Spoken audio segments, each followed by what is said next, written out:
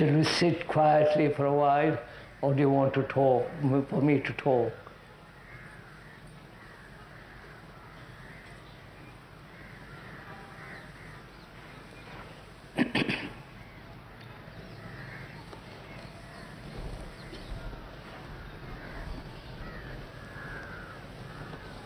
I have never attended meetings.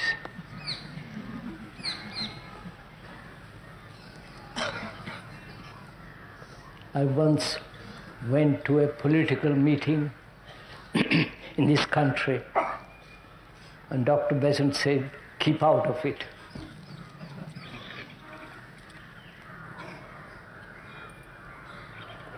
And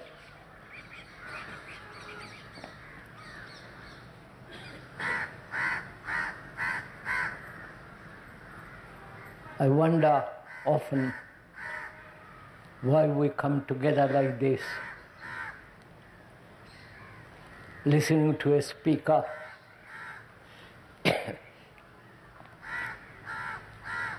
half serious, curious, and not really wanting to change one's life totally. One has become rather mediocre, without a flair, without any quality of genius. I'm saying genius in the sense not of any particular talent or a particular gift, but the genius of a mind that comprehends the totality of life, which is our life, a vast, complex, contradictory, unhappy existence. And one listens to all this, to what the speaker has to say.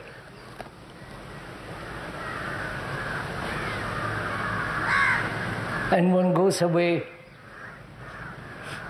with partial understanding,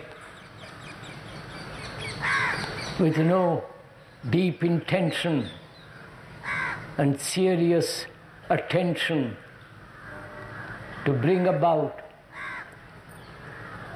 a deep psychological revolution.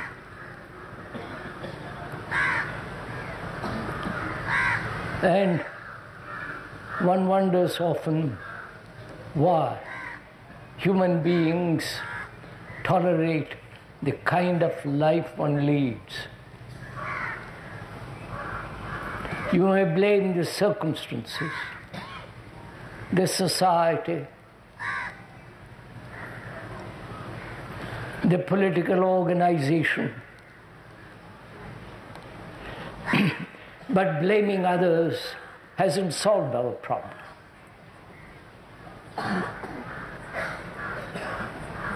We drift,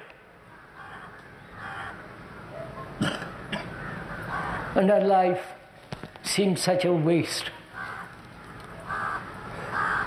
Either going to the office from morning till night for the next 150 years or so, and then retire to die, or vegetate, or grumble, or fade away quietly. And when one looks at one's own life, with all its extraordinary beauty, the vastness of what man has achieved technologically, and one wonders why there's been so little beauty in our life.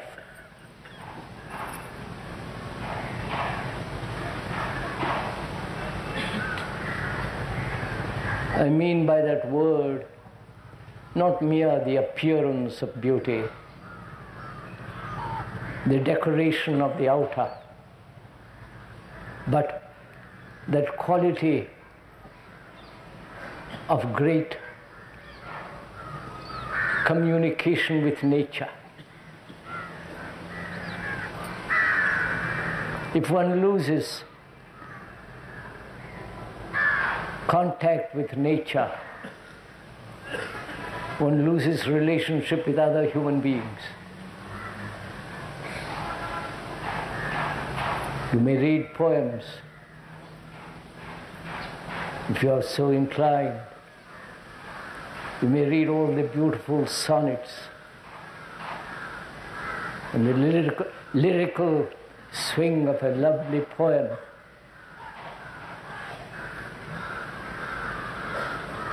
But imagination is not beauty.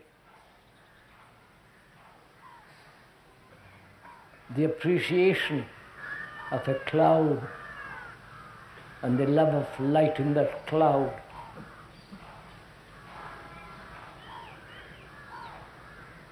and a sheet of water along a dry road, or a bird perched on a single branch. All that enchantment we rarely see or appreciate or love, because we are occupied with our own problems,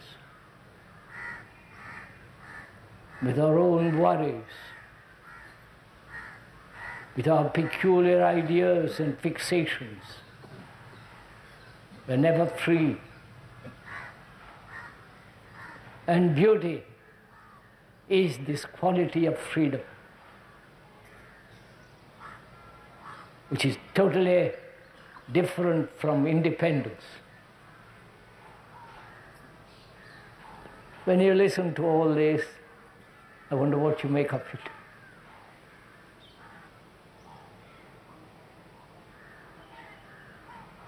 Whether we see a dog and love the dog, or a rock, or a stray cloud passing by,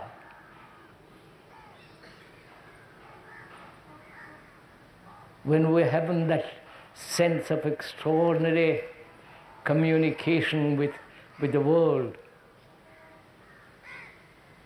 which brings about great beauty, we become small human beings, mediocre, wasting our extraordinary life and losing all the beauty and the depth of existence.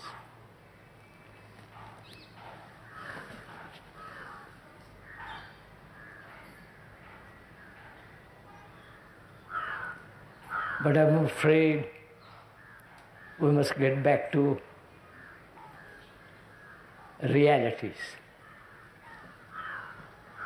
though that is also real, extraordinarily real. The branch, the shadow, the light on a leaf, the fluttering parrot, that's also actual, real. And when we understand the swaying palm tree and the whole feeling of life, then there is great sense of depth to beauty. But we are not interested in all that, are you? I'm afraid we aren't. We will listen, let it slip by. It may sound romantic, sentimental, but beauty is not romantic, nor sentimental, nor emotional. It is something very, very solid, like a rock. in the midst of a fast flowing stream.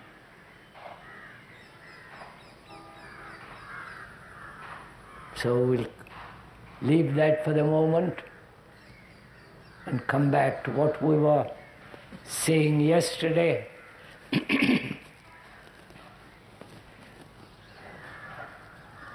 And I think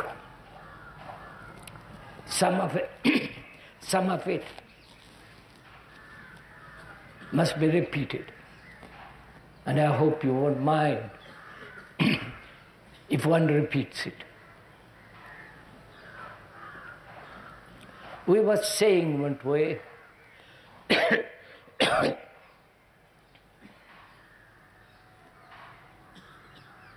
that where there is tradition, there is no culture.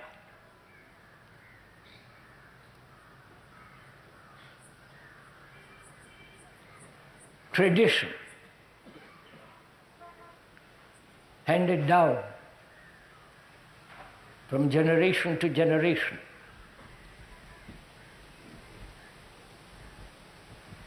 Certain concepts, beliefs, values, principles, all laid down intellectually. And such abiding tradition of 3,000 or 10 days old, in that soil, culture cannot possibly blossom. Culture means to grow, to develop not merely the intellectual side of life, but the whole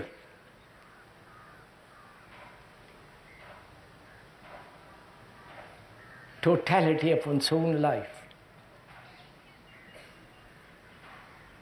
Not merely to function in one direction completely, politically, or have certain genius with regard to words or with stone or painting, but to develop, cultivate one's mind and one's heart. That's not possible where tradition, that is, values handed down in that soil, nothing can grow.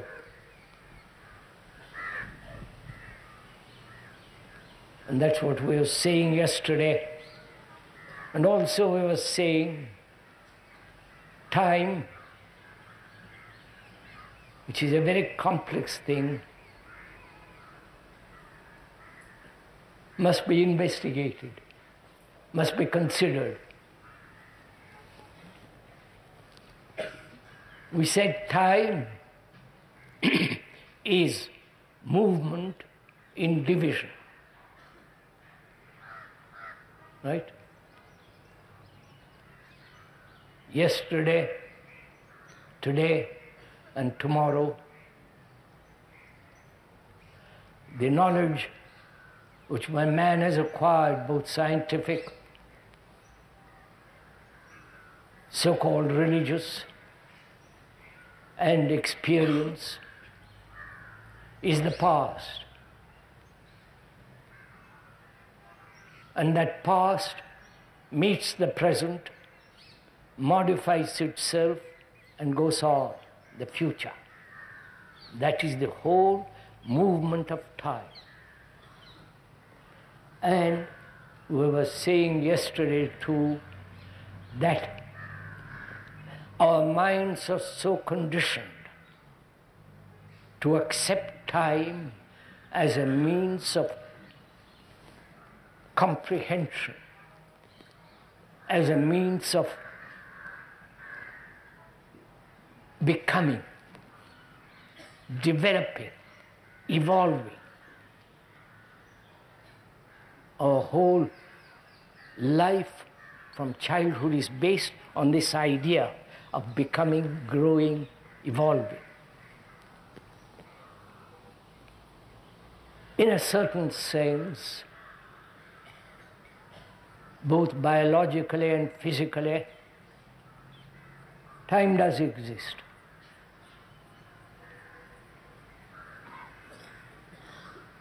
The acorn growing to an oak, that needs time.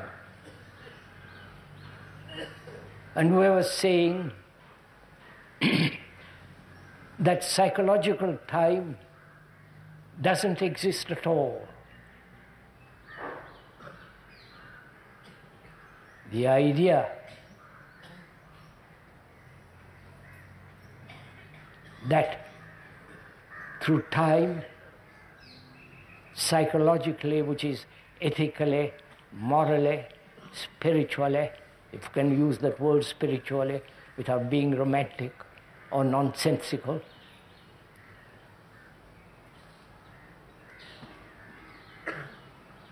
to really understand the religious mind, time is destructive element. That's what we talked about yesterday, more or less.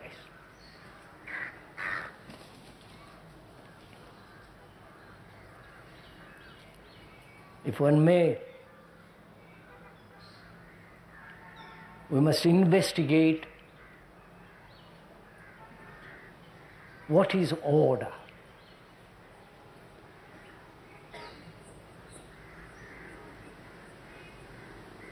Order, please just listen. Don't agree or disagree, just like the wind, the breeze comes. So in the same way, just listen. Order is sequence in space. Do you understand that? No. We said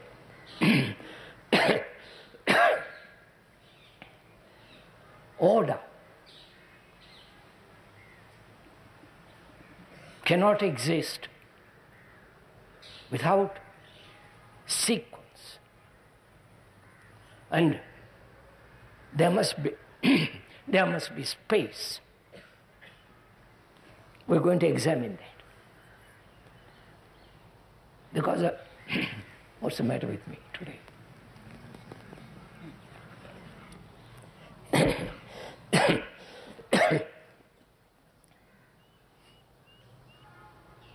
Probably it's the weather, hot. I'm not used to this hot weather.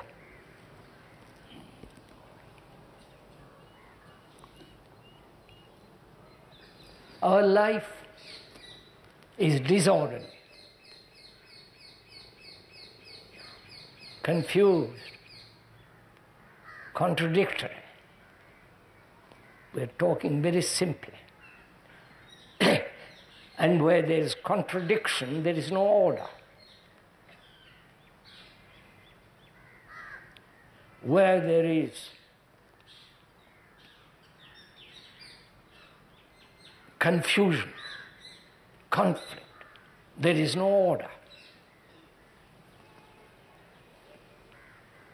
And our life, as we live it daily,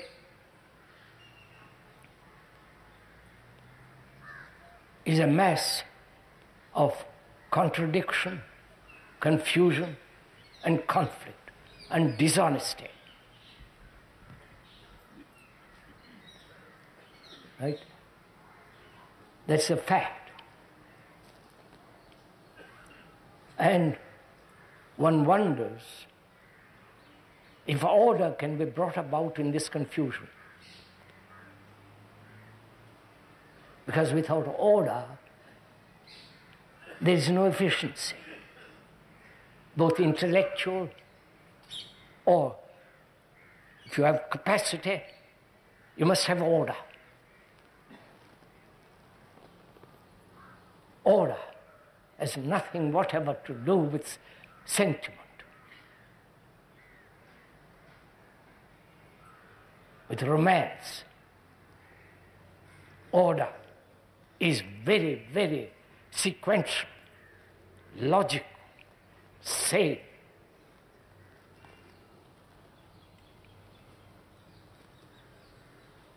So we are going to inquire into what is order. Whether we can have order, not a blueprint, not something laid down by a tradition or by a guru or by a leader or by our own little desires and compulsions. But we're going to inquire into what is lasting order. Are you interested in this?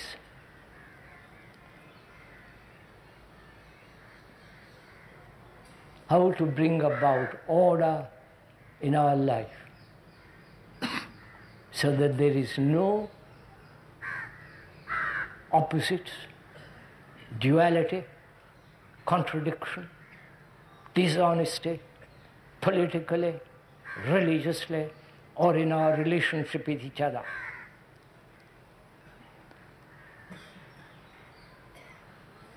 You're interested in this? Or do you want me to talk about meditation?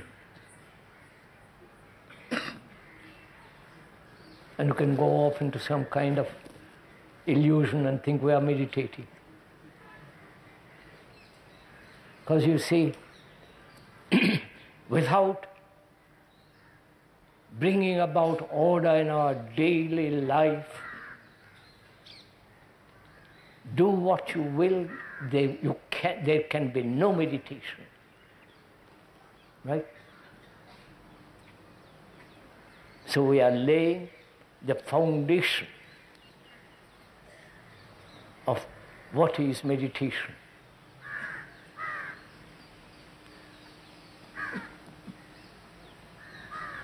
If one realizes actually what our daily life is, how disorderly it is, how contradictory it is, controlled by various objects of desire, seeking power, position, living in arrogance and vanity,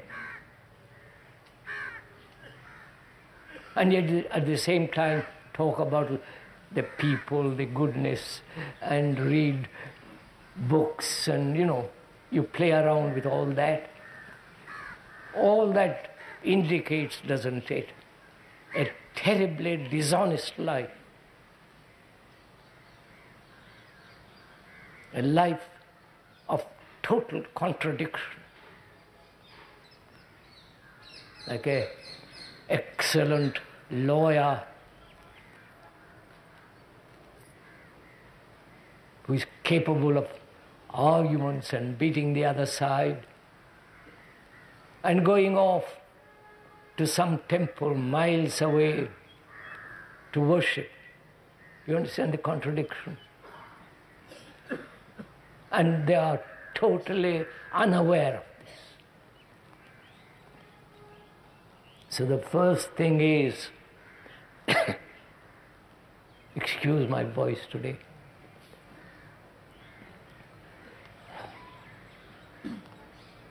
the first thing is to realize how disorderly our life is, to be aware of it, not how to bring order in disorder. Please listen to this. Not how to bring order in disorder, but to understand the nature of disorder. Right? when I understand the nature of disorder, then out of that comprehension, out of that obvious fact, comes the beauty of order. Not imposed or disciplined or suppressed or conforming, but in the very investigating of disorder. Naturally, out of that investigation, order comes. Right? You understand this? Now let's do it. First, let's be aware as human beings who've got such extraordinary capacities. Look what they have done technologically. Immense things they have done.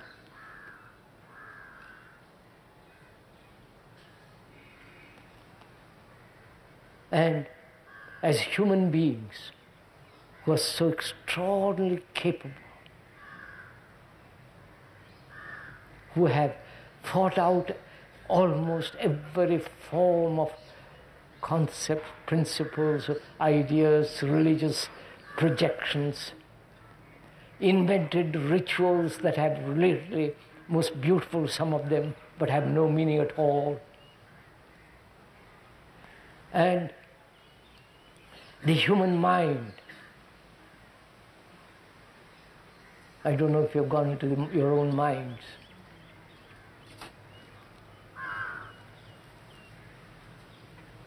If you have, you can observe it, what great quality it has. Thank God.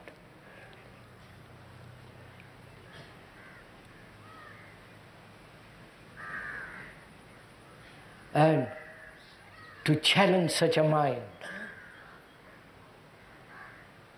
to demand that it shall operate at its highest excellence. Will you do it as we are talking? So that your mind being, not only the various forms of sensory activities, your mind being the emotions, affection, love, care, attention, the intellectual capacity, and that sense of great love, all that is the mind, the wholeness of the mind, to challenge that. You understand what I'm saying? That it shall operate at its highest, at its greatest excellence.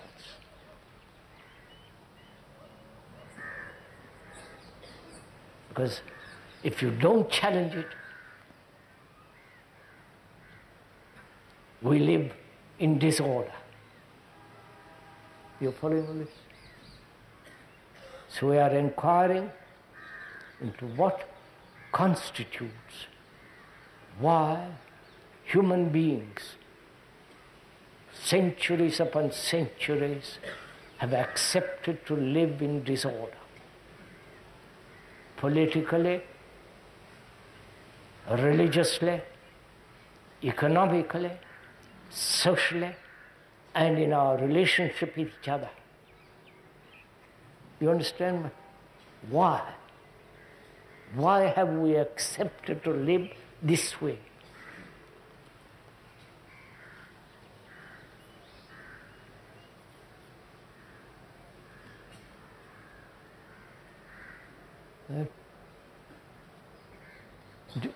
From whom do you expect the answer? You understand? A challenge implies that you respond.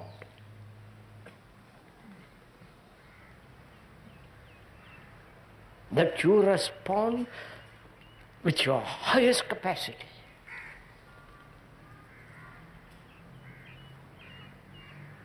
and not wait for the speaker to respond and show how to respond. You follow? You understand what I'm saying? I have challenged your mind. The speaker has said, exercise your highest capacity.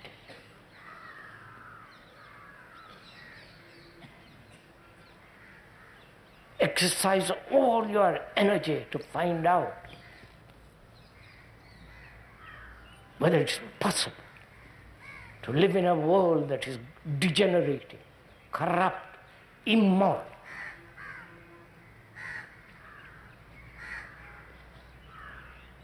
Whether you can live a sane, a life that's completely whole. That's your challenge, you understand? What is your response to it?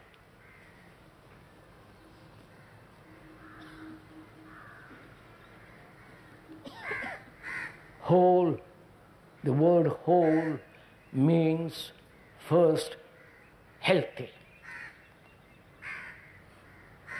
Both physically, psychologically, with all the capacities of your mind, and therefore with sanity. And the word whole also means holy, sacred. That is the whole of life. So we are asking whether you, as a human being, are aware the total disorder and degeneration out in the world around you, and in yourself the degenerating process going on. Are you aware of it?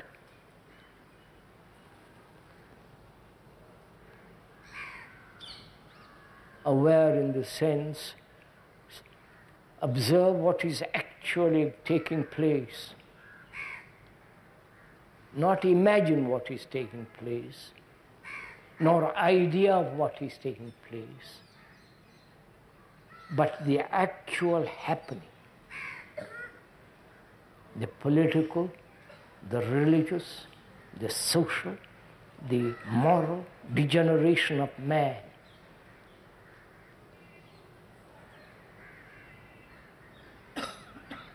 And no institution, no guru, no higher principles are going to stop this degradation. Are we aware of it? If we are, then what shall we do? Right? Right, sir? What shall we do? What is your action?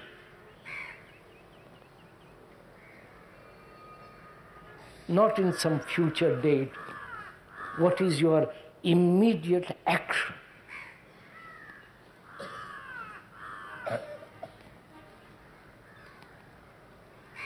Will you join some sect? Will you follow some guru?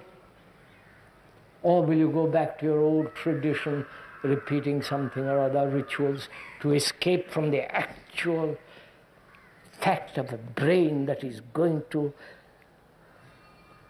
that is getting old, degenerating? Or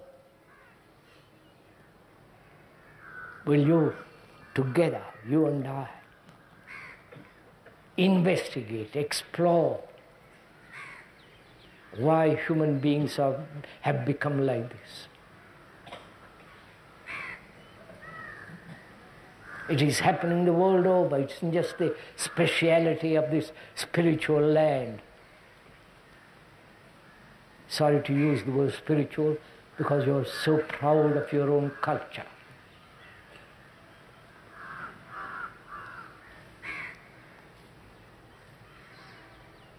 It's like a politician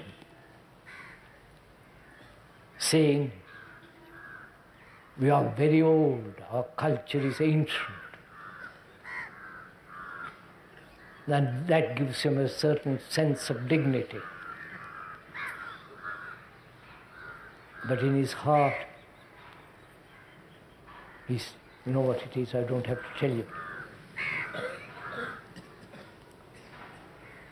So what shall we do? I would suggest that we first look at our life, actually what it is, what is happening in our life. Because our life in action is society. Right, sir? You get it? Agree? Our life in action is our society. And you cannot transform that society unless you transform yourself. That's so obvious. The communists, the liberals, the socialists will not alter it.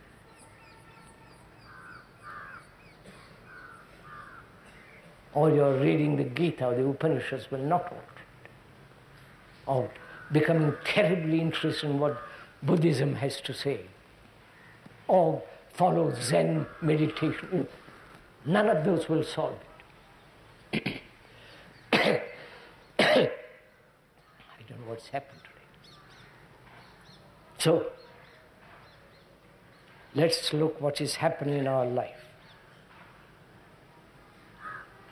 In our daily life. Our daily life is based on relationship. Without relationship, you cannot possibly exist. Right? What is our relationship with each other? Not you two sitting together, I don't mean that. But with your wife, with your husband, with your boss, with your factory worker, with your laborer. What is your relationship with each other?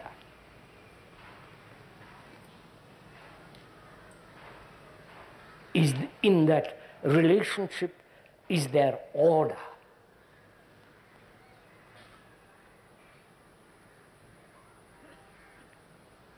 Not self-centered activity opposed to another self-centered activity. You follow it? That is contradiction. I may be married, have children, sex and all the rest of it.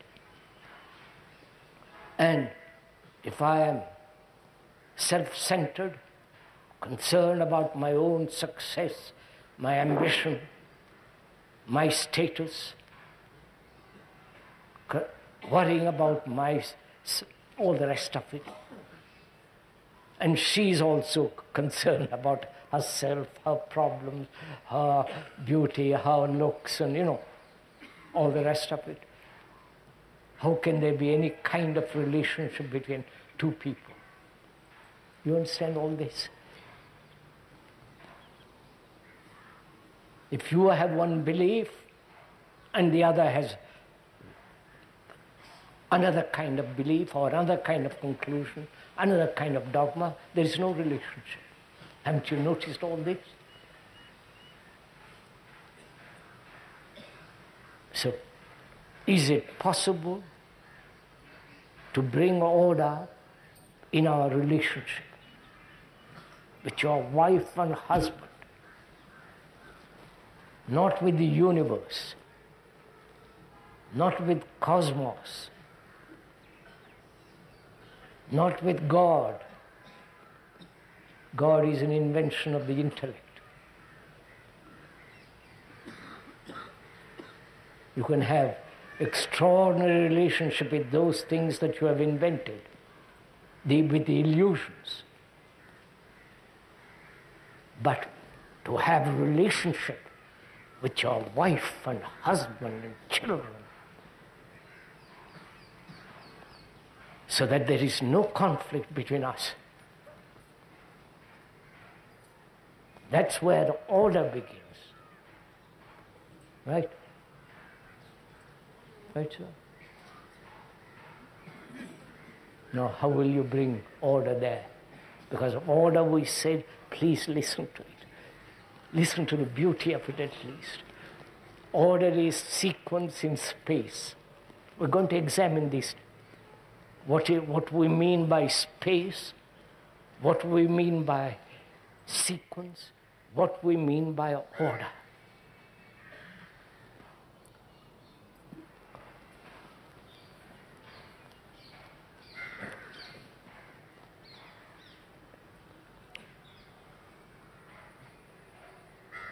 If we have not relations with each other, there is fear. Either one dominates the other.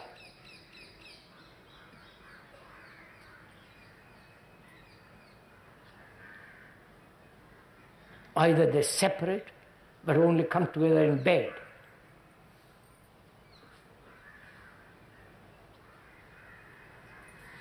So we live a brutal life with each other. Haven't you noticed all this? Don't you know all this? And in what way shall we bring order so that it is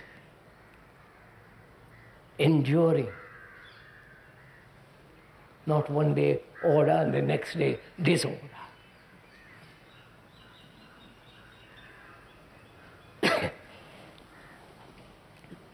What brings about this contradiction in relationship?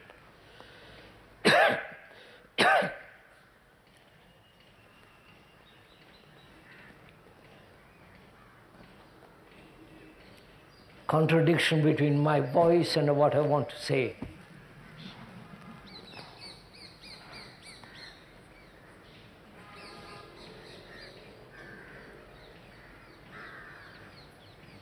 Probably I should have drunk a little water before I came here. But let's go. What brings this division between you, your wife, your husband, and your children? Division is disorder, right? Right, sirs? The Muslim and the Hindu, the Jew and the Arab, the communist, the totalitarianism, and freedom. This opposites is the essence of disorder, right? So what brings about disorder in our human relationship with the most intimate and not so intimate? Have you ever thought about it? Come on, sirs. Or are you frightened to look at this disorder? Because when you become aware that your wife and yourself and the husband or the wife becomes aware of this disorder, either they accept it and live with it, or to analyze, to go into it, to investigate it, and that may bring about a tremendous change, and there is a fear of change. You follow what we are saying? Huh? Right, sir? There's my friend, at least I can talk to him.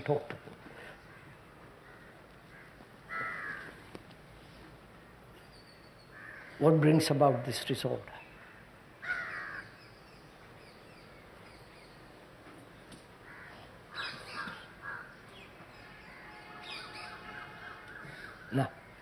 I'm saying something, please listen carefully.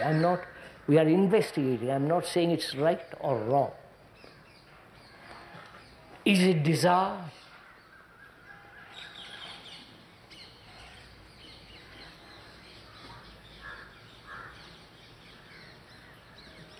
I mean by desire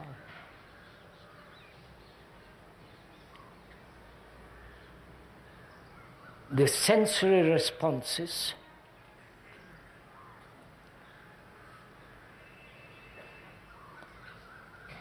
with its image which thought has created, and the action, the urge of that desire. You understand my? Yes.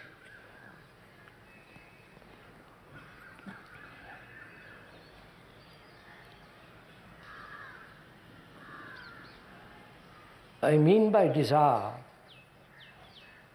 the speaker means by desire. Please investigate it as we go along. Don't accept what he's saying.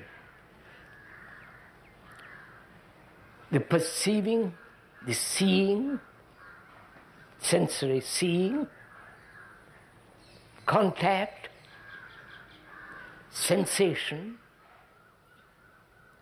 and with the sensation goes the image which thought has created, and desire. You've understood this? Is this fairly clear?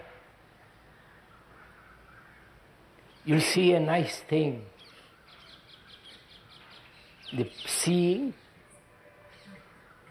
the touching, the smelling, the tasting,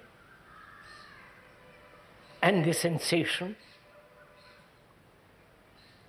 The sensation which is identified with the image which thought has created, and desire is the outcome of it. Right? Clear?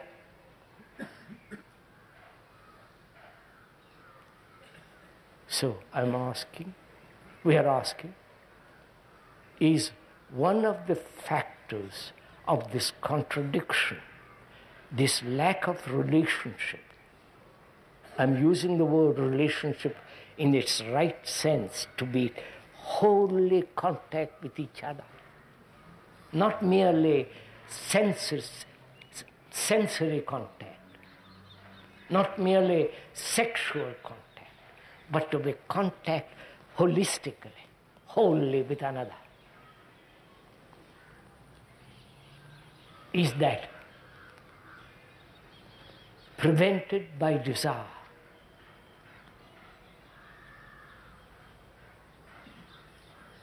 So we are investigating. Is desire love?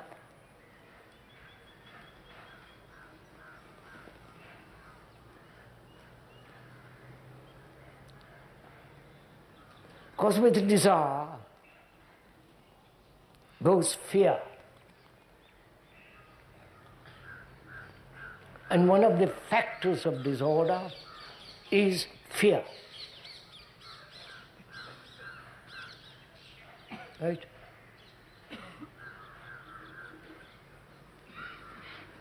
Must you have all these lamps?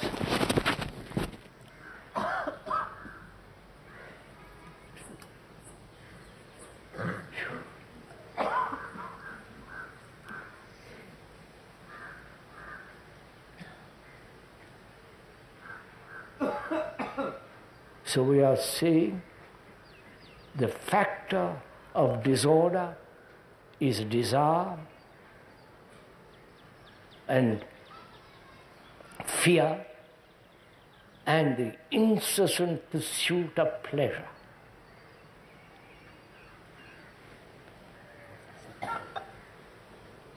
We have explained what desire is.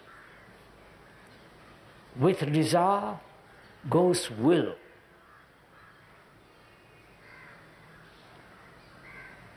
Will is the action, concentrated action of desire. Right, sirs? Just investigate.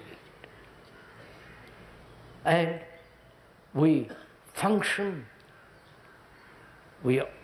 our life is based on desire, will, and fulfillment. And with it goes frustration. And out of this comes fear. Various forms of fear. Fear of not being successful, fear of losing a job, fear of being lonely, fear of not having love or given love to you, fear of losing attachment, fear of darkness, fear of physical pain, and so on, so on, so on. You're familiar with all this, aren't you? So, we are saying the major factor of disorder is the operation of desire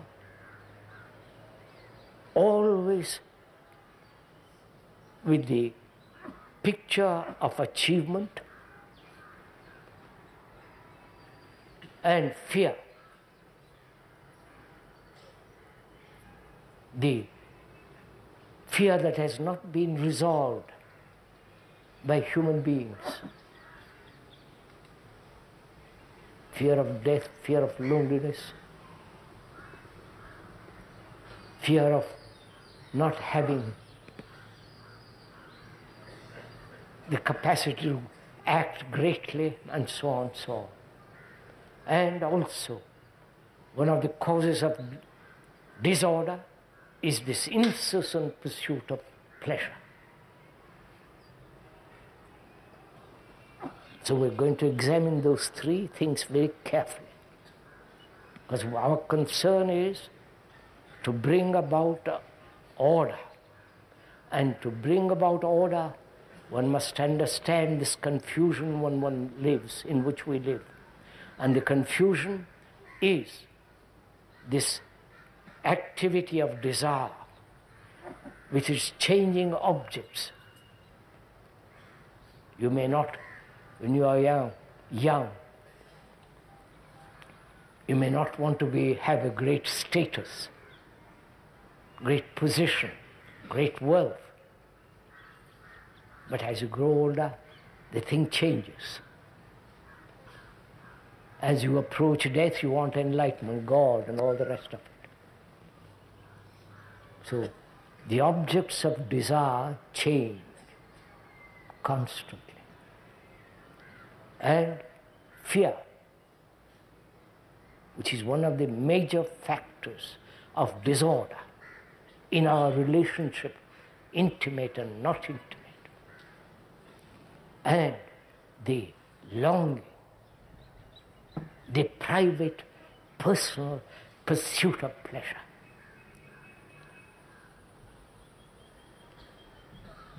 So these are the major, deep factors of disorder in our life.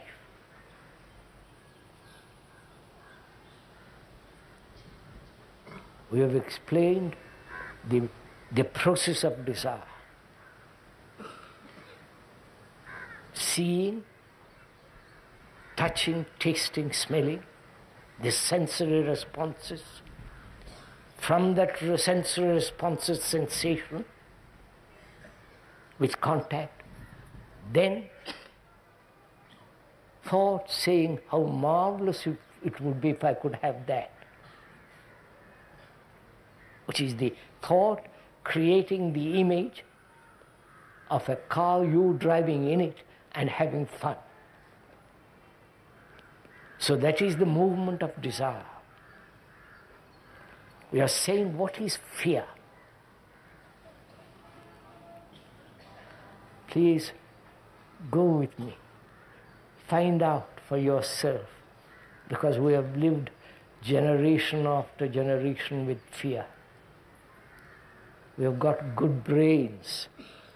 We have got capacity to resolve fear.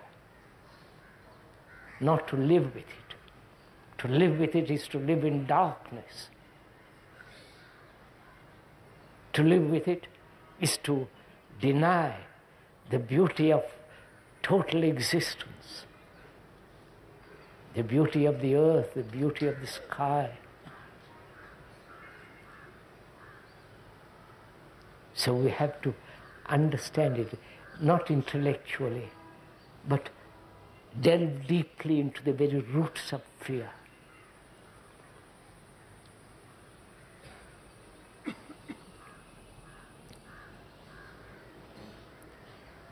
Fear is time.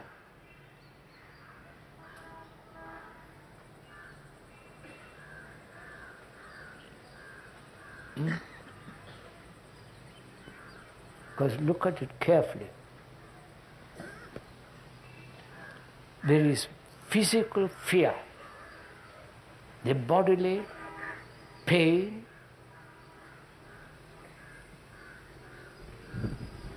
the remembering of that pain and hoping that pain will not happen again. That is duration of time, right? You're following this?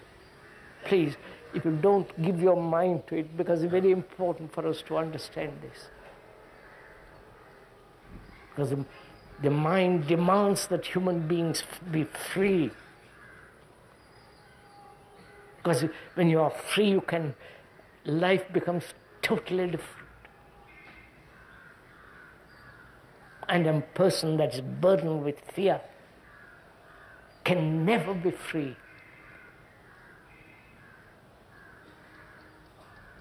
And when the mind is enveloped with fear, there is no possibility of clarity,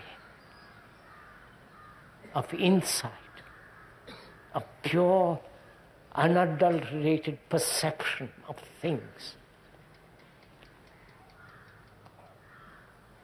So we are saying that time is the movement of fear.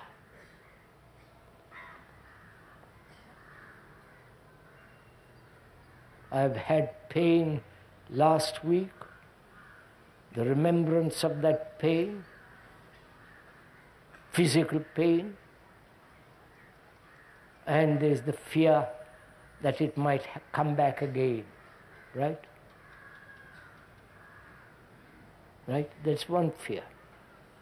The physical fear of getting hurt, bearing pain, or having been ill, and hoping it'll never come back again. Now, can you please listen to this? Can you? When you have pain, physical pain, when it is over, totally forget it, totally non-register it. You understand my question? You've understood what I've said? I'm sure most of us had some kind of physical pain of different kinds, variety, multiple kinds of physical pain. When it happens, to observe it and not let that pain be registered in the brain.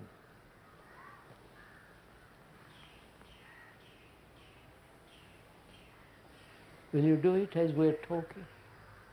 Now, let's look at it for a minute. The brain's capacity consists in registering everything that's happening to it. Like a computer, it's registering. You must have noticed, obviously.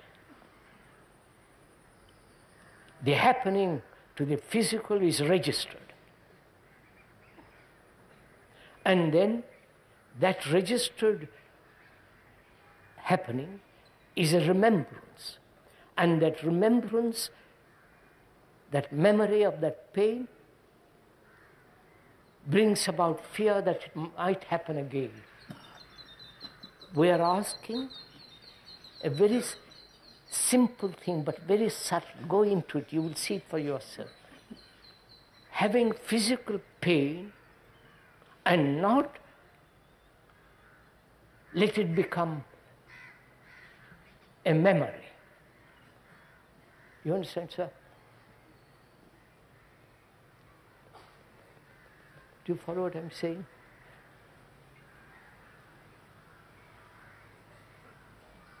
No, just wait. You hurt me by calling me a name or praise me, as yesterday somebody did. Not to register the pain or the insult.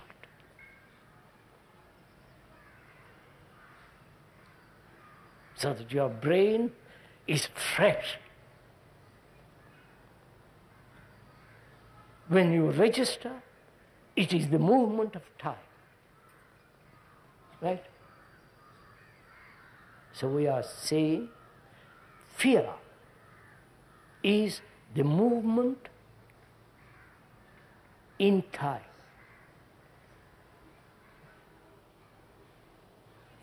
I can understand physical pain. I know, I can observe it very carefully when it is happening. Be very, very attentive, or let it happen and not be associated with it at all.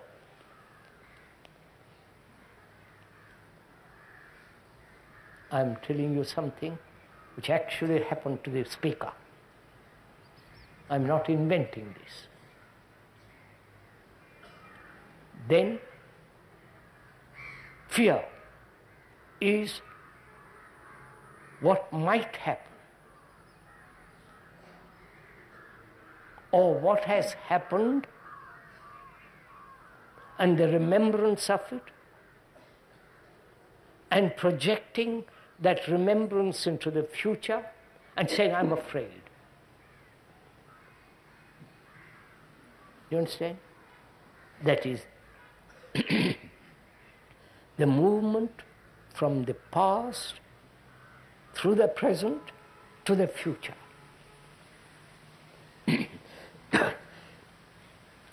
Most of us are afraid of what? Look at yourself, sirs. Investigate. What are you afraid of? You may not be afraid of sitting there now, obviously. But when you leave here, the fears come back, conscious or deeply hidden. What are your fears? Fear of death, fear of loneliness, fear of not achieving enlightenment, fear of not being very successful and having a lot of money, fear of being dominated by another, whether it's the husband or the wife. What is one afraid of?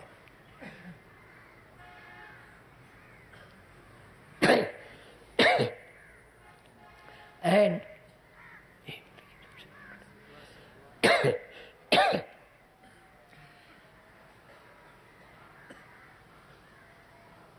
can you analyze it?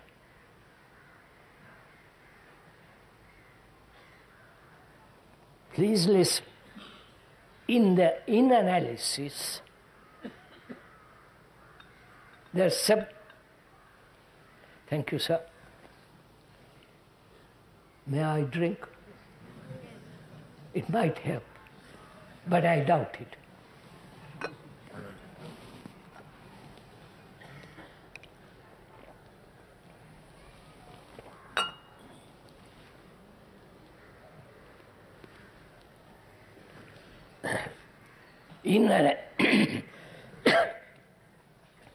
in analysis, several things are implied. There is the analyzer and the thing which is going to analyze. Right? In analysis implied time. You follow? I have to analyze all the time. That includes time. And every analysis must be complete. Otherwise, I remember, the remembrance continues. And with that remembrance, you analyze. Therefore, it's never complete.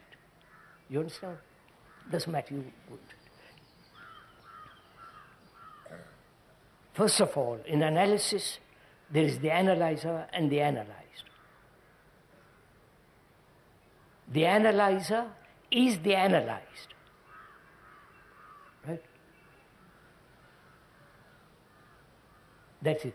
Thought has divided itself as the analyzer and the thing to be analyzed. So it has created a division. Thought in its very process is limited and therefore fragmentary and therefore has the capacity to divide. That which is limited is always capable of division. That which is whole can never be divided. I wonder if you capture all this. Please don't look at me like a guru, that's all. That's the last thing.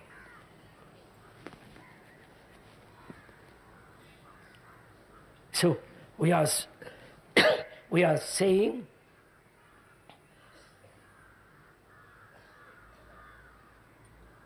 analysis will not solve the problem. You can discover the cause,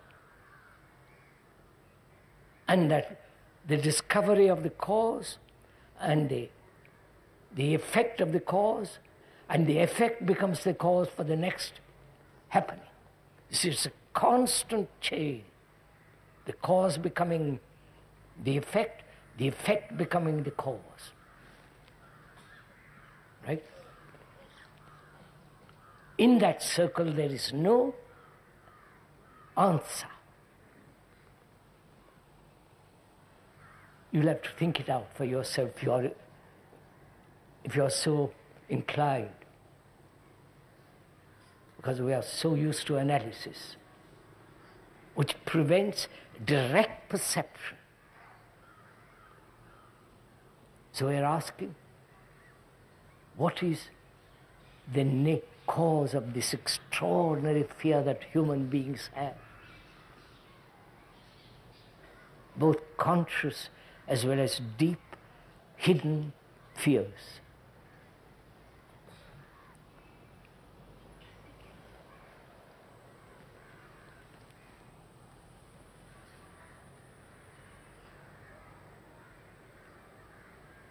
If you observe or look into fear, fear is never actual. You understand? You are recording it either when it's over or might happen in the future. Right? I don't know if you understand this. All right, let me put it differently. Why am I working so hard for you? The other day, a man asked me as I went out of the talk, he said to me, you ask us why we come. What reason? Curiosity, this or that. And he said, why do you speak?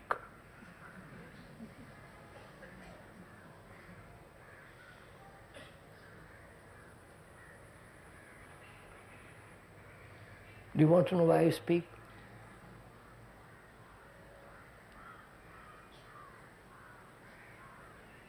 Because, oh, forget it, doesn't matter. That's not important.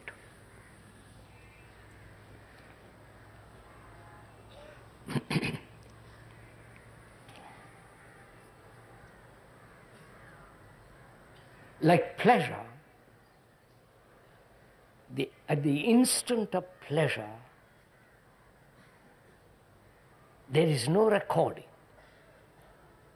It's only a second later the recording takes place. Haven't you noticed it? Have you? Sexual, any form of pleasure, as it is actually happening, you are totally unaware that is called pleasure. When you are, if you have been angry, I hope you haven't, if you have been very angry, at the moment of that feeling, just a feeling. But when you begin to name it, which is a second later, it becomes anger. Then you say, I must control, I must not be angry, and all the rest of it follows. So, please just listen. At the moment of a pleasurable thing happening to you,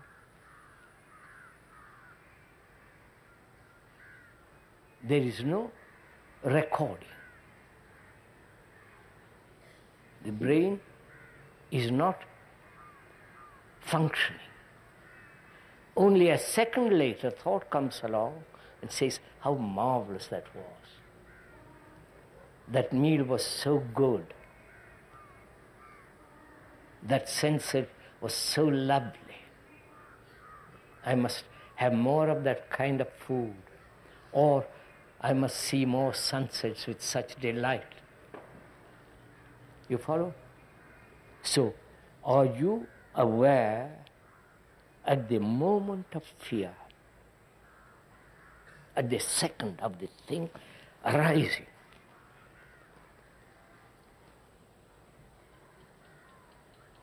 And as it arises, not to let thought come into it, recognize it from its past experiences, that's anger, but realize thought has no place at the moment of action. You understand all this? That requires great alertness. So, if the mind is so alert at the moment of arising this feeling called fear, and they realize it, and the very realization of it, the truth of it, prevents thought from interfering. Have you understood anybody? Are you doing it?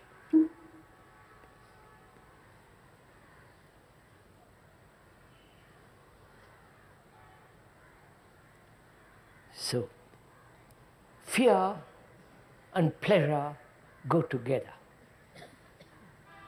Have you realized that too? You can't have one and deny the other. So, to delve into both, see the whole movement of fear and pleasure, and the desire which is involved in fear as well as in pleasure. See the whole nature and the structure of it. Not intellectually, verbally, but actually as you see this microphone. Then you come to the question that the fear or the pleasure is not different from the observer. The observer is fear. Please listen to it. There is no thinker without thought. Thought has separated the thinker and itself as being separate from the thing it has created. Right? So the thinker is always trying to control, shape thought. So fear is not separate from you, from the observer, yourself. You are part of that. And when you say, I must control it, I must have courage, I must escape from it, I must dodge it, I must analyze it, you're playing a game with yourself. Whereas if you recognize the fact, the truth, that the fear is you are the result of time. You are the result of thought put together by various, I won't go into it, that's fairly simple. So fear is you. And when you realize that, you cannot possibly act. And therefore you are observing it purely. When you observe, the very thing which you are observing undergoes a radical change. Are you doing it? Will you do it? Will you observe without the observer? Because the observer is the past, and the observer will prevent clear, objective, direct perception. So realizing that, the observer says, I have no place in observation. And therefore the observation is pure. When you observe fear, without the observer, which is the past, then that very fear which is being observed undergoes a radical change. It's no longer fear.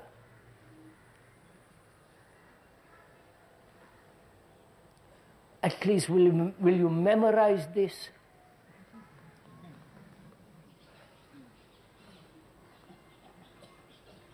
Intellectually see what is implied. That fear and the avoidance of it, or the suppression of it, or the transmuting it, or saying, I must struggle with it, all that will not wipe away fear, because you have done all those things. And it has remained with you for millennia. And we are saying something entirely different. We are saying the fear is you. You are the result of time. And can you look at, can there be observation of that fear without time, without remembrance, just to look?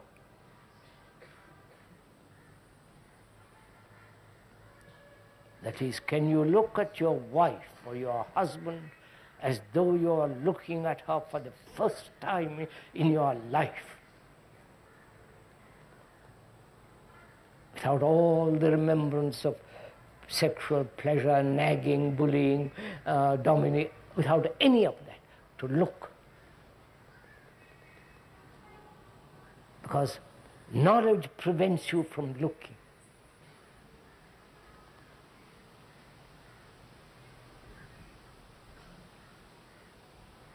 And it is the freedom from knowledge that will end fear. Completely. Not part, not this fear or that fear, but the root of fear.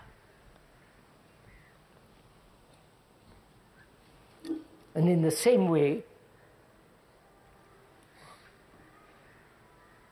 can you look at pleasure?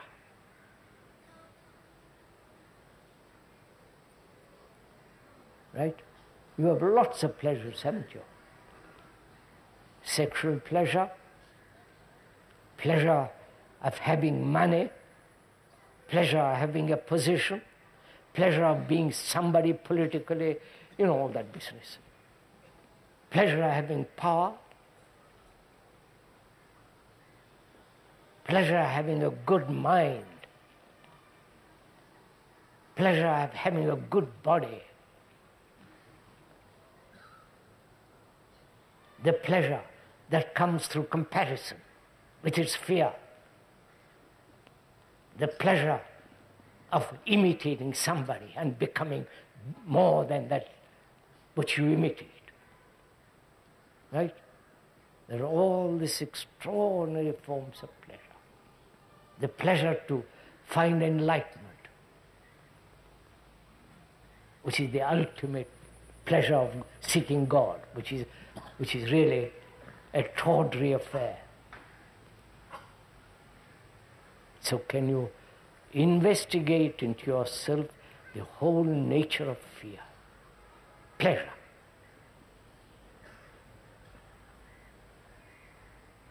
As we said, pleasure is the movement of desire broken up in time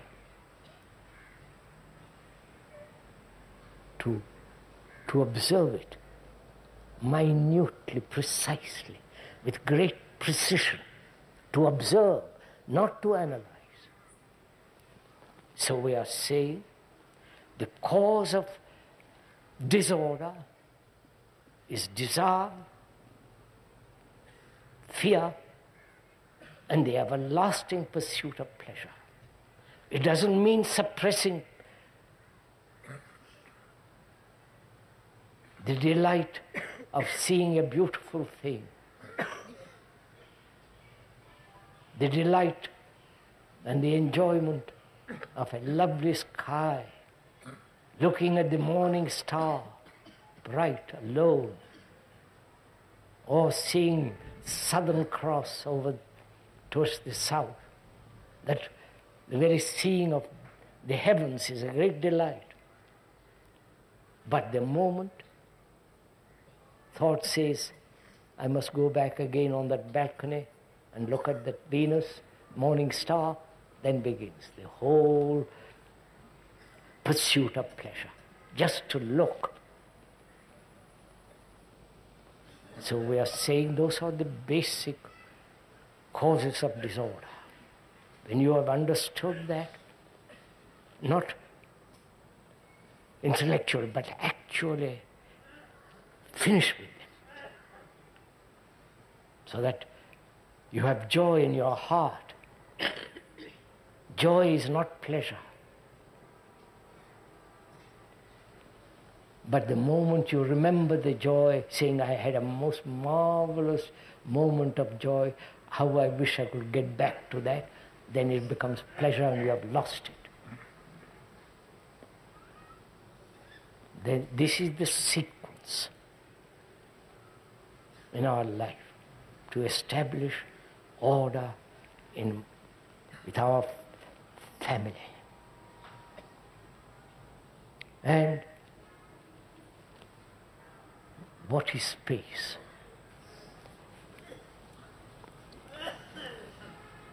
It's 6:25. I think you're too tired. I can't deal with space. It requires a great deal of investigation. Space in the mind. That means never a mind that's occupied with any problem. But our minds are so occupied, so crowded with belief, with pursuit, with all kinds of things, confusion, illusion. So there is no space. So where there is no space, there cannot be sequence and order.